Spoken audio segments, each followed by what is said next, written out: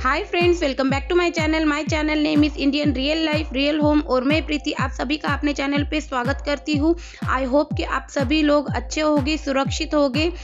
So friends, आज मैं आपके साथ शेयर करने वाली हूँ दिवाली स्पेशल चकली भाजने की रेसिपी, जो बहुत ही टेस्टी बनती है। हमारे महाराष्ट्र की बहुत ही ज़्यादा फेमस ऐसी रेसिपी है, वही मैं आज आपके साथ शेयर करने वाली हूँ। तो चलिए देखते हैं इसके लिए हमें क्या क्या सामान चाहिए और ये किस तरह से बनाते हैं।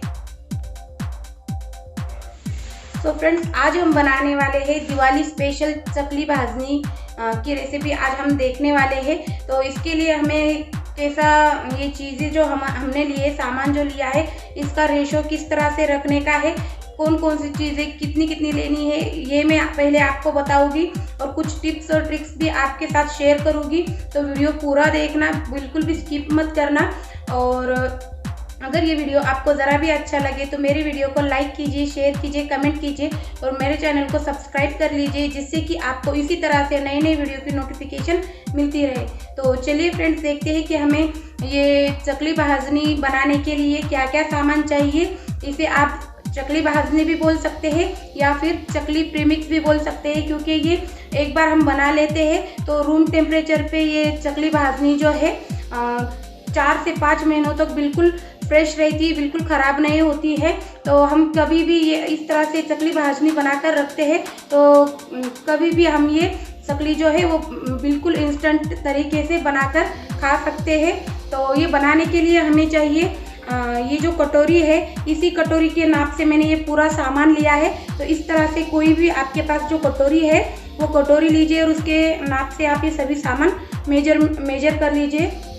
तो मैंने ये कटोरी जो है, ये कटोरी भर के 4 कटोरी यहाँ पे मैंने चावल लिए हैं। चावल जो है इसके लिए जो ओल्ड राइस होता है वही लेना है, या फिर जो ऐसे मोटे मोटे राइस होते हैं वही लेने हैं।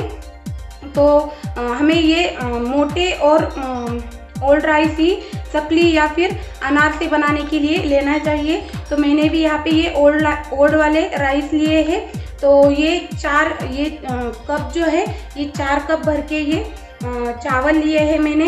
ये चने की दाल है, ये मैंने ये कटोरी भर के 2 कटोरियाँ ली है। तो ये 2 कटोरी चना दाल, 1 कटोरी ये उड़द की दाल लिए है मैंने, 1 कटोरी पोहा लिया है। पोहा आप कौन सा भी ले सकते हैं, पतला पोहा भी ले सकते हैं या फिर हम जो रेगुलर पोहा बनाते हैं, बनाने के लिए जो यूज़ करते हैं वो भी ले सकते हैं। मैंने जो रेगुलर वाला होता है वही यूज़ किया है।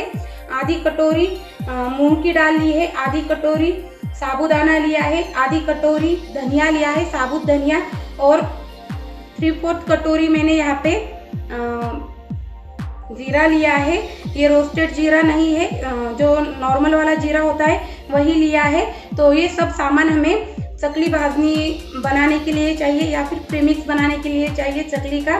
तो एक बार फिर से मैं बताती हूँ, 4 कटोरी मैंने यहाँ पे चावल लिए हैं, 2 कटोरी चना दाल ली है, 1 कटोरी उड़द की दाल ली है, 1 कटोरी पोहा लिया है, आधी कटोरी मूंग की दाल ली है, आधी कटोरी साबूदाना लिया है, आधी कटोरी धनिया जो है वो लिया है, और 3/4 कटोरी मैंने यहाँ पे जीरा लिया है। ये सब सामान हमें चकली प्रीमिक्स बनाने के लिए चाहिए। तो सबसे पहले हमने जो ये चावल लिए हैं, इन्हें 3 पानी से अच्छे से धो लेना है और धोकर इन्हें एक छन्नी पे छान लेना है। इसका पूरा पानी हमें सोख कर लेना है। उसके बाद ये चावल जो है 3 से 4 घंटों के लिए हमें पंखे के नीचे अच्छे से सुखा लेने हैं। ये चावल जो है अच्छे से सूख जाने के बाद ही हमें इसे यूज़ करना है। तो मैं ये चावल जो है 3 पानी से धोकर इन्हें 3 से 4 घंटों के लिए सोख कर लूँगी। साथ ही साथ हमने जो ये चना दाल ली है और उड़द की दाल ली है और मूंग दाल ली है, इन्हें भी हमें एक गीला जो मलमल का कपड़ा होता है उसे अच्छे से हमें निचोड़ लेना है, और गीले मलमल के कपड़े से ये दाल जो है इसे भी अच्छे से पोंछ लेना है, जिससे कि इस पे जो भी केमिकल लगा होता है, जिससे कि दाल ज़्यादा दिन तक टिकती है, वो निकल जाता है। और उसके बाद ही हम ये सभी इंग्रेडिएंट्स जो है, हमने जो सामान लिया है, वो हम अच्छे से लो टू मीडियम फ्लेम पे भूनने वाले हैं। तो सबसे पहले मैं ये चावल धो लूँगी, उन्हें 4 घंटों तक थोड़ी धोकर 4 घंटों के लिए सोक करूँगी और फिर हम आगे की प्रोसेस करेंगे। तो अब जो है ये चावल जो है मैं 3 पानी से अच्छे से धो लूँगी और 3 पानी से अच्छे से धोने के बाद मैं ये चावल जो है एक छन्नी में डाल दूँगी। इस तरह से इस छन्नी में डालकर हमें जो इसमें जो एक्स्ट्रा का पानी है वो सोख कर लेना है। 3 पानी से चावल धोने के बाद तुरंत बाद ही हमें इस तरह से छन्नी पे चावल जो है वो सूखने के लिए छोड़ देने हैं आधे घंटे के लिए। और उसके बाद हमें ये चावल जो है एक मलमल के कपड़े पे फैला देने हैं, कुछ इस तरह से जिस तरह से मैं दिखा रही हूँ। और इन्हें 3 से 4 घंटों के लिए हमें पंखे के नीचे अच्छे से सुखा लेना है। ये चावल जो है हमें पंखे के नीचे ही 3 से 4 घंटों के लिए सुखाने हैं, धूप में बिल्कुल भी सुखाने नहीं है। तो ये चावल जो है अच्छे से 3 से 4 घंटों के बाद अच्छे से सूख जाते हैं। उसके बाद ये चावल हम मीडियम फ्लेम पे भून लेंगे। के लिए सूखने के लिए 4 घंटों के लिए रख दिए थे, तो ये अच्छे से सूख गए हैं।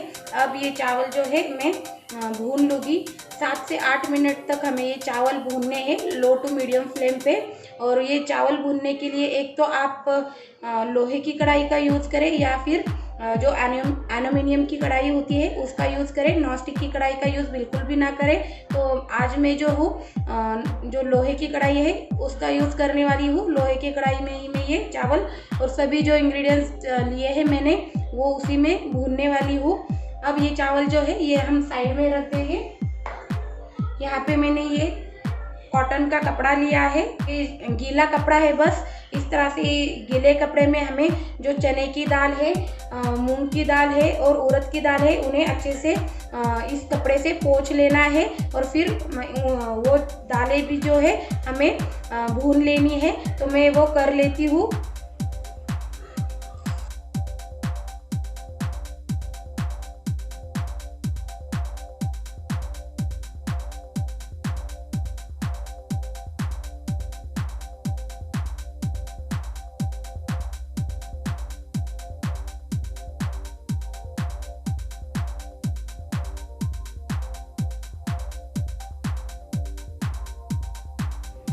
तो जब तक के दालें जो है ये मैं गीले कपड़े से सोख कर रही थी, तब तक जो है यहाँ पे मैंने कढ़ाई भी गर्म करने के लिए छोड़ दी थी। तो कढ़ाई जो है वो भी अच्छे से मीडियम फ्लेम पे गर्म हो गई है। अब मैं यहाँ पे 4 कटोरी जो है जो चावल लिए थे हमने सोख किए हुए उन्हें अच्छे से भून लूँगी। तो ये चावल भूनने के लिए लो फ्लेम पे 10 से 12 मिनट लगते हैं। तो 10 से 12 मिनट में ये चावल जो है अच्छे से भून जाते हैं। बस यहाँ पे हमें एक ही ध्यान रखना है कि ये चावल हमें लो फ्लेम पे ही भूनने हैं और 12 मिनट कम्प्लीटली इसे भूनने के लिए लगता है। और ये हमें कंटिन्यूसली चलाते हुए ही भूनने हैं ये चावल, जिससे कि इनका कलर बिल्कुल भी बदलता नहीं है। हमें ये चावल का कलर जो है वो बिल्कुल बदलने नहीं देना है, ये वाइट ही रहने चाहिए। तो इसलिए हमें ये अच्छे से चलाते हुए 12 मिनट तक अच्छे से भून लेने हैं। अच्छे से भून जाने के बाद ये चावल जो है 12 मिनट में अच्छे से भून जाते हैं। अब हम ये चावल जो है एक बड़ी सी थाली में निकाल लेंगे और इन्हें ठंडा होने देंगे। तब तक हम दूसरी जो हमने चना दाल ली है वो भी 2 कप हमने चना दाल ली है, तो उसे भी हम यहाँ पे 5 से 6 मिनट के लिए अच्छे से भून लेंगे मीडियम फ्लेम पे कंटिन्यूसली चलाते हुए ही। इसका थोड़ा सा रंग बदलता है, तो इसकी जब तक हमें ऐसी भुनी भुनी सी मीठी सी खुशबू नहीं आती है तब तक ये दाल हमें 5 से 6 मिनट तक भून लेनी है। और ये इस तरह से अच्छे से ड्राई फॉर्म में आ जाती है। तो ये दाल भी हमारी चना दाल भून गई है। इसे भी मैं एक बड़ी थाली में निकालूंगी और ठंडा होने के लिए छोड़ दूंगी। इसी तरह से मैं उड़द की दाल भी भूनने के लिए डाल दूंगी मीडियम फ्लेम पे ही। और ये दाल जो है हमें 4 मिनट तक अच्छे से भूननी है। ये जो सभी हमने इंग्रेडिएंट्स लिए हैं इनका जो है भूनने का अपना अपना एक टाइम होता है। कुछ ज़्यादा टाइम लेता है, कुछ चीज़ें और कुछ कम टाइम लेते हैं। तो यहाँ पे उसी हिसाब से मैं ये सभी दालें और चावल भून रही हूँ। तो उड़द की दाल भी 4 मिनट में भून गई है। उसी तरह से मूंग की दाल भी यहाँ पे 4 मिनट तक भून लेनी है कंटिन्यूसली चलाते हुए। इसके बाद हमें जो है पोहा डालना है। पोहा भी हमें लो फ्लेम पे ही भूनना है 3 मिनट तक। पोहा जो है हमें बस क्रिस्पी होने तक ही भूनना है, इसका भी ज़्यादा हमें कलर चेंज नहीं होने देना है। तो जिससे कि ये जो पोहा है ये क्रिस्पी हो जाता है और पीसने में इससे आसानी हो जाती है। तो पोहा भी मैंने भून लिया है 3 मिनट तक और इसे भी मैं एक बड़ी सी थाली में निकाल लूँगी और ठंडा होने दूँगी। इसी तरह से मैंने यहाँ पे आधी कटोरी साबूदाना लिया है। साबूदाना जो है ये भी कड़क होता है, तो ये भूनने से नरम हो जा थोड़ा सा क्रिस्पी हो जाता है और फूल जाता है। तो 3 से 4 मिनट साबूदाना भी हमें अच्छे से भून लेना है, कंटिन्यूसली चलाते हुए लो फ्लेम पे, और इसे भी एक थाली में निकाल लेना है, ठंडा होने के लिए छोड़ देना है। इसी तरह से धनिया भी हमें लो फ्लेम पे ही भून लेना है, कंटिन्यूसली चलाते हुए, और धनिया को हमें भूनने के लिए 2 मिनट लगते हैं। और इसी तरह से मैं यहाँ पे जीरा जो है वो भी भून लूँगी। जीरे को भी हमें 2 मिनट लगते हैं भूनने के लिए। अब सभी इंग्रेडिएंट्स हमने भून लिए हैं, इन्हें इस तरह से एक बड़ी सी थाली में हम निकाल लेंगे और इन्हें ठंडा कर लेंगे। तो यहाँ पे मैंने 4 कटोरी चावल लिए हैं भुने हुए, 2 कटोरी चना दाल ली है भुनी हुई, 1 कटोरी मैंने यहाँ पे उड़द की दाल ली है भुनी हुई, 1 कटोरी पोहा लिया है भुने हुए, और आधी कटोरी साबूदाना लिया है भुना हुआ, आधी कटोरी जो उड़द मूंग की दाल होती है वो ली है भुनी हुई, आधी कटोरी धनिया लिया है भुना हुआ, और 3/4 कप मैंने यहाँ पे जीरा लिया है, ये भी भुना हुआ है। इसे अच्छे से हमें ठंडा होने देना है, और ठंडा होने के बाद हमें इसमें ये जो सभी फ्राइड जो इंग्रेडिएंट्स है, दाल चावल और मसाले, इन्हें अच्छे से एक सा कर लेना है ठंडे होने के बाद। और ये हमें बाहर चक्की पे से पीस कर लाना है, या फिर आपके पास अगर गेहूँ पीसने की चक्की है होगी तो आप उस पर भी ये पीस सकते हैं, उसमें भी ये बहुत ही अच्छे से बारीक पीसे जाते हैं। यहाँ पे हमें एक ध्यान रखना है कि ये पूरी तरह से ठंडा होने देना है तभी पीसना है, और ये घर पे मिक्सी पे बिल्कुल भी पीसना नहीं है। इसके लिए हमें गेहूँ पीसने की जो चक्की होती है उसी पे पीसना है, या फिर बाहर से चक्की से पीस के लाना है।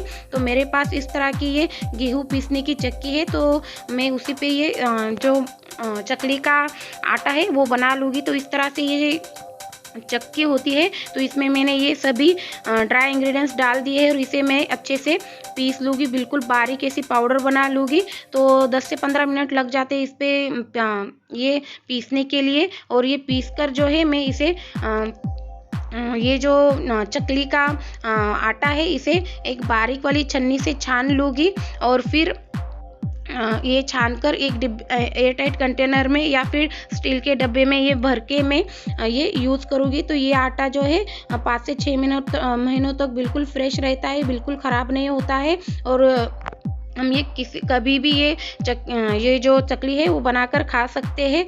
और इसी आटे से चकली किस तरह से बनाते हैं इसकी भी वीडियो मैं आपके साथ शेयर करने वाली हूँ, तो आप वो वीडियो भी चेक कीजिए। और अगर ये वीडियो आपके लिए ज़रा भी हेल्पफुल है तो मेरे इस वीडियो को लाइक कीजिए, शेयर कीजिए, कमेंट कीजिए और मेरे चैनल को सब्सक्राइब कर लीजिए। तो चलिए फ्रेंड्स, मिलते